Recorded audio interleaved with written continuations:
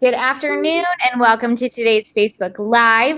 My name is Christy and today we are diving into our Lepto 500 discussion board MVP interview. Thank you all for joining us today, whether you are here with us live or watching us on the replay. Please go ahead and utilize that comment feature, hop in, say hello, let us know where you are tuning in from. Today, we are fortunate to have our very first MVP winner, Chief Dennis Nayor, joining us again here to lead our conversation with today's co-MVP winner. So, Chief Nayor, we're so glad to have you here. Thank you for joining us. And why don't you go ahead and take it away? Yeah, so as always, I'm glad to be part of these.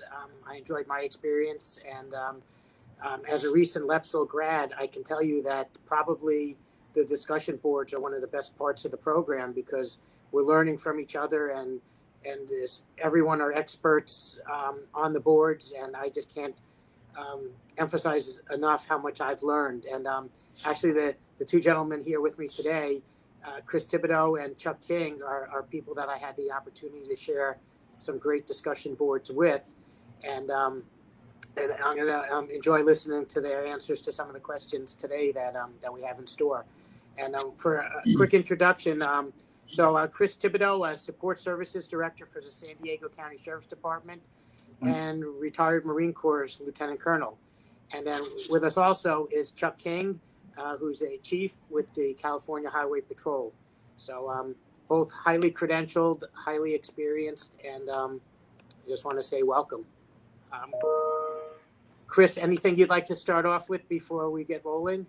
No, I just want to say good morning and, glad to be here. It's been a fast and furious 19, 20 months, and especially glad to be here next to Chuck. We have a lot in common, professionally.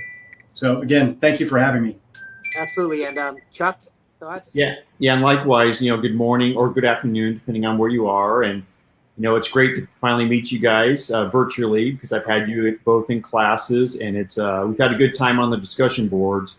But it's nice to finally, have time to chat with you guys and, talk about the program. So what I'll do is I'm going to ask the first question. So start with Chris. Chris, what motivates you to be so engaged on the discussion boards?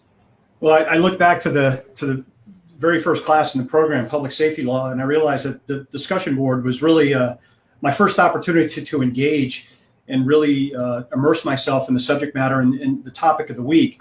And then I realized that this program requires you to operate at a high level. But after the first few, rounds of posts, it became really clear that the peers and the staff demand that you operate at that level. So I've always just relished the challenge of diving in there. And I think in some cases, I've done more research through the course of a discussion board than maybe for like an end of week assignment. And then, Chuck, same question to you. What motivates you to be so engaged as well? Well, I kind of go back to what Professor Fitzfold says about the program. It's the heartbeat of the LEPS program. And, I really couldn't agree, more with that about the value of the discussion boards. And, I found that no matter what rank or classification you are, everyone brings a lot of value to the discussion board. And, I've learned a lot from people from as far as Alaska or all the way over to Maine. There's just a lot of different perspectives out there, a lot of different value. And it really doesn't matter, if you're coming from a dispatch background, a military background, corrections, or law enforcement. There's a lot of great perspectives out there. And, I've learned a tremendous amount from it. Yeah, and I agree with both of you. And like I said, I learned so much. And what I found was that the problems, they're not unique. There's a little bit of a different twist to them. And but ultimately, we're all dealing with some of the same challenges. And especially if we look at 2020, a year in which we're writing the playbook for COVID, the civil unrest, the polarization, everything. And I think that's what the discussion boards helped us to navigate in such a powerful way. So I'll go with the first questions. And or first, what I'd like to do is just talk about some of the comments that your peers made that got you both here as the MVPs for this time around. So Chuck's posts are always thoroughly researched, extremely well written, and he always cites his sources. He has a way of expressing his thoughts in a clear and concise manner. His posts are engaging and cause me to think about his perspective. And then another comment for Chuck as well is his posts are full of sustenance and have really been enlightening. His experience in this profession is second to none, and I believe that the field of law enforcement is a better place because of leaders like him. So, Chuck, congrats. That's awesome to hear from your peers. And for Chris, and I'm going to ask you each a question now. For Chris, his comments that his peers wrote are, Christopher has consistently replied to many discussion posts and kept the discussions moving and meaningful with his questions and his replies. And also, Christopher actively engages the discussion board and had great contents within his posts, and they always promoted topical dialogue. So again, it's very clear to see why you're both here. So first question I'll ask Chuck this first to you. From a substance perspective, what do you feel makes a good discussion board post?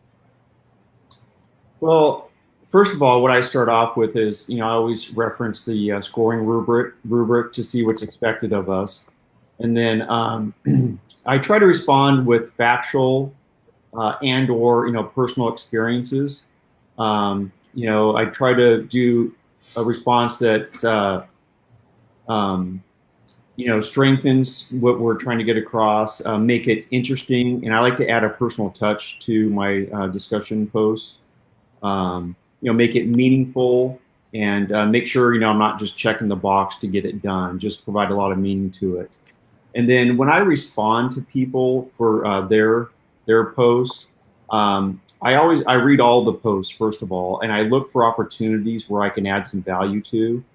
And then I try to ask open-ended questions, things that'll move the discussion forward. And, I try to, sometimes we'll do like a thoughtful question to try to understand the logic behind the post. Then just follow-up questions to kind of allow my classmate to elaborate. And then just, genuine thought-provoking and adding value. And sometimes that value can be throwing out like an opposing view to someone. I think that brings a lot of value to it also. And then the great thing about the discussion board is it's a great way to see things from different perspectives and just see what else, everyone is dealing with throughout the country. Awesome. And for Chris, what do you enjoy most in a discussion board, and what's your strategy for writing a post that will engage and challenge the other students? Well, what I enjoy most is that it's truly the most live aspect of this program, just the constant engagement and the back and forth on almost a daily basis. It'd be almost like doing something like this on a daily basis, but via a written post format. When it comes to my strategy, I've tried it a few different ways over the course of this program. I always like to print everything out. I like to read through it. I like to read the question. Chuck's point on referring to the rubric is always great advice, especially if you're just starting out in this program. And I've tried sometimes to just do a cold response, really not looking at which direction the board is going or where some of the comments are coming from. And then I've also gone back and I've maybe looked at a road less traveled and tried to come up with a counterpoint or just maybe an aspect that hasn't been touched a bit to try to broaden the discussion a bit more.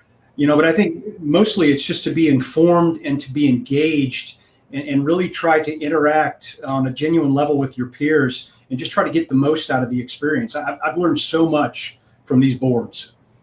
Yeah, and right back at both of you in terms of I learned so much, and specifically both of your posts, because you both reflect and represent very large agencies and you have very high positions that you always brought things forth that gave me an insight that I don't have from a smaller agency. So I think I speak for a lot of my classmates in saying that it was tremendous value from the perspectives you were both bringing. Same. Question. This one's for Chuck.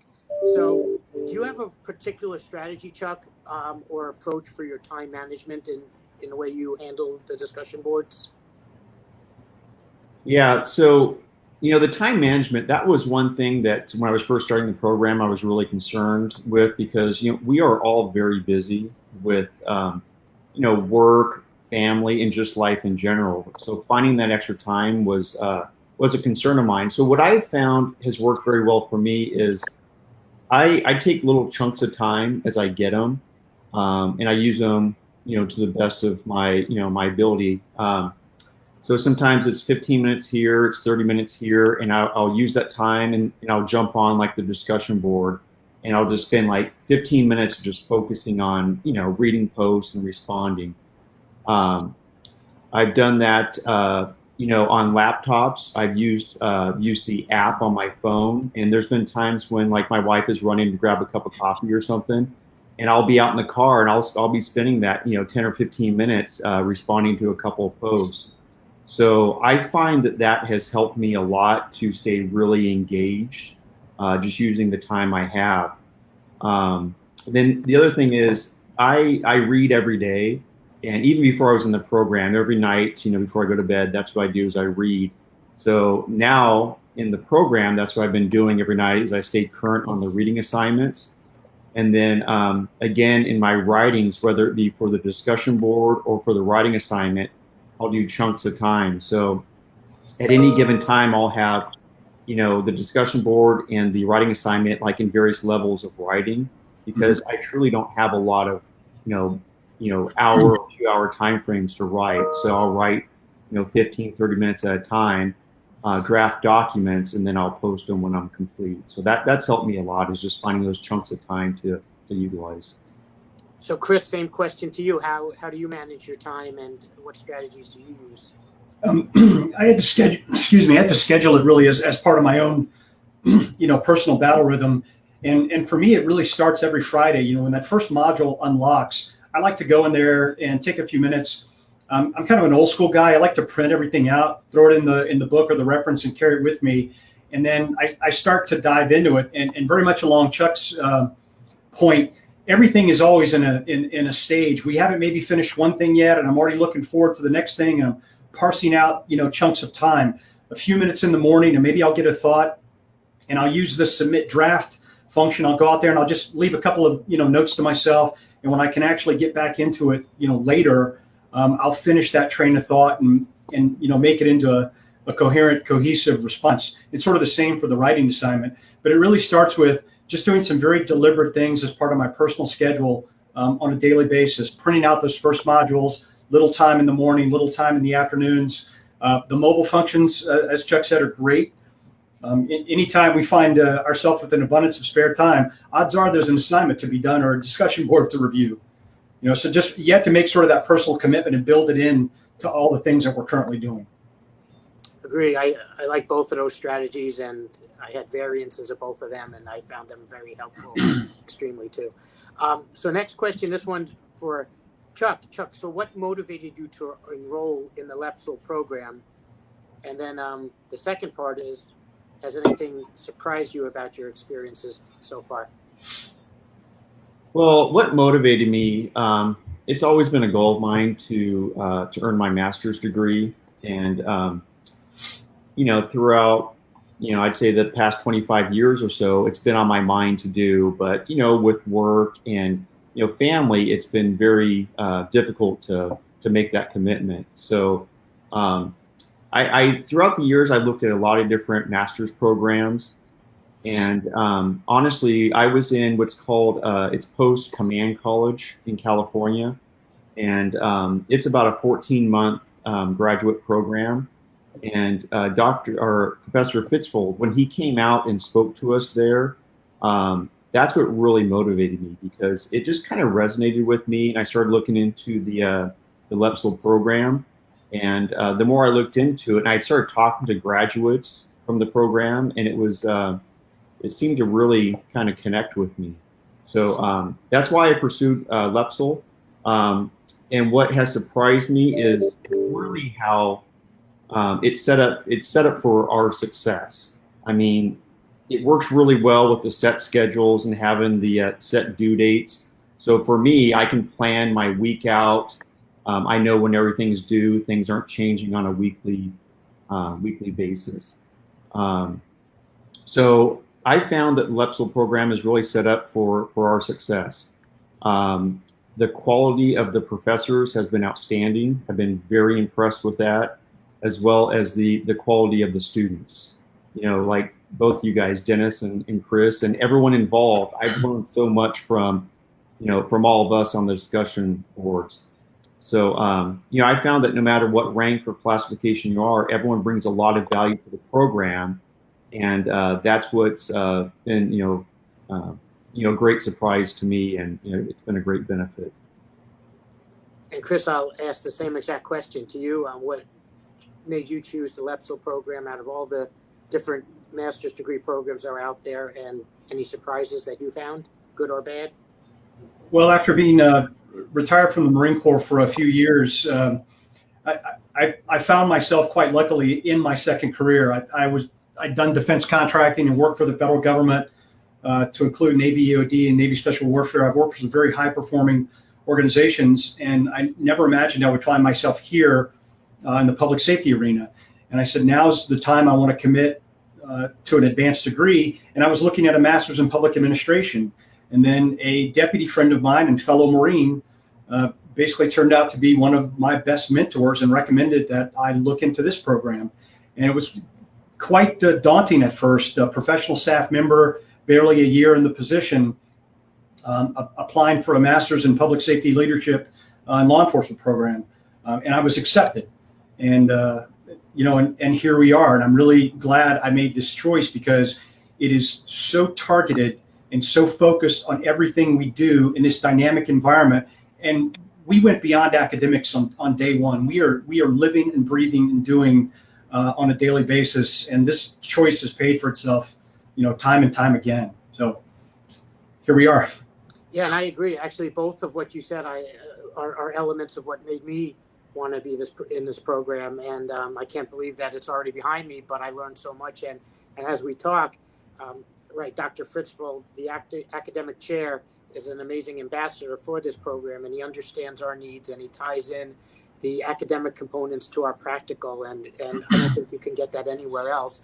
And Chris, to your point, I agree. I looked at MPA programs, and they are just so far removed from what we are learning, what this program brings forth, and for those same reasons, that's why this was my choice. To close it up, for both gentlemen, Chuck, we'll start with you.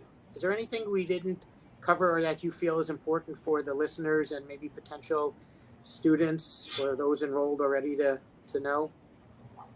I think we kind of hit on it, but just the dealing with the contemporary issues that we have dealt with throughout the LEPSL program. I mean, for me personally, it's been extremely beneficial, and I think anyone out there that may be considering the program, it is absolutely 100% worth your time and effort to go through the program. So for me, as I wrap up the program in 4 weeks, I'm extremely proud to be part of it, and I think it's helped me tremendously in the last couple of years of my career. So I fully support anyone that's considering LEPSL. Awesome. And Chris, same question. I would just say to anyone who is just starting, this program is what you make of it. Don't be afraid to dive in. There are tremendous resources available. The staff is amazingly talented, and your peers are second to none. Don't be afraid to ask the question. Don't be afraid to reach out, and don't be afraid to really, put it all out there. Leave it out there in the discussion board. Leave it out there in an assignment, because you never know what somebody's going to glean from that. And I speak from personal experience. I've taken so many great ideas and so many different nuanced perspectives, from departments large and small and agencies across this country, and my peers. And it's truly been an amazing experience. So just don't be afraid to jump in with both feet and give it all you have. So once again, a huge congratulations to Chris Thibodeaux and Chuck King, our two MVP discussion board winners for this time around, and I'll turn it back over to Christy. Great, thank you. I just wanted to highlight a couple of comments that came in during today's stream. Erin says, feel so blessed to have learned so much from leaders like you throughout the program and discussion boards as a patrol deputy, graduated in LEPSL December 2018. So thank you so much for joining us today, Erin. That's great to read. And then, of course, we'll finish off with Dr. Fritzbold. Congrats, Chuck, Chris, and Chuck, and thanks for leading a rich conversation, Dennis. We're fortunate to have you three in the LEPSL community. We definitely are. So thank you all for joining us who tuned in today or watching on the replay. We really appreciate your time. And to the three of you, thank you so much for hopping on this discussion with us. All right, and LEPSL community, we will see you online. Thanks, everyone. Thanks, everyone. Thank you.